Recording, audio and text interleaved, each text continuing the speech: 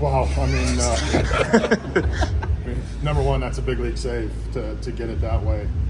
To have to go through Newbar and Goldie at the end, but Palacios, is near the top leaders in pinch hits.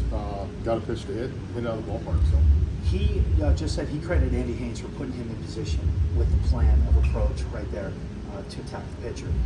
What is it about him with 7 pinch hits this season that puts him in that spot to deliver? Well, I think he's ready to hit, and he takes the information. Andy and the group comes up with a good game plan, and he executed. And it takes the preparation for the execution, and then it takes the actual execution. And we got both tonight, which was really good. Why did you go to him in that situation? Because we like the matchup. We like the matchup. Connor's done a good job, but we just liked him versus Verhagen. When do you clear with him that he is good to go? Is it pregame? Is it right there on the bench? Or? No, pregame. Yeah, he hit pregame, so we knew that he was fine to be able to go. We felt last night like he was in a pretty good spot, but pregame we watched him hit, and he was fine. He's one of the looser guys with us. Is he that same way in the dugout, like in that situation? Is he just kind of typical Palacios? Yeah, he has a lot of fun. Yeah, I think, and that's the beautiful thing about him, because he's a guy that's grinded his whole career, and he doesn't take too much too seriously, and I think it's also why he's able to pinch hit, because he stays prepared, he stays loose. We've talked about guys that aren't afraid of the bright lights, but when you look at some of, not just the pinch hits, but some of the late game stats, it seems like he's one of those guys that isn't just afraid of them, but he embraces them. Yeah, I think so. He likes the lights, and I think that goes to his personality a little bit, and he's done a really nice job for us.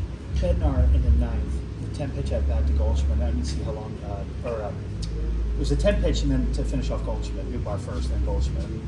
What did that take to get it done? Yeah, he threw the whole kitchen sink to hit Newbar, and he's a good player. He threw him a split, he threw him the curveball, he threw him for some fastballs, and then he was able to freeze him on a fastball, really executed. And then to get Goldie, because Goldie's one of the toughest at-bats in the game, just because of the fact he continues to waste pitches. So overall, just an outstanding finish to the game.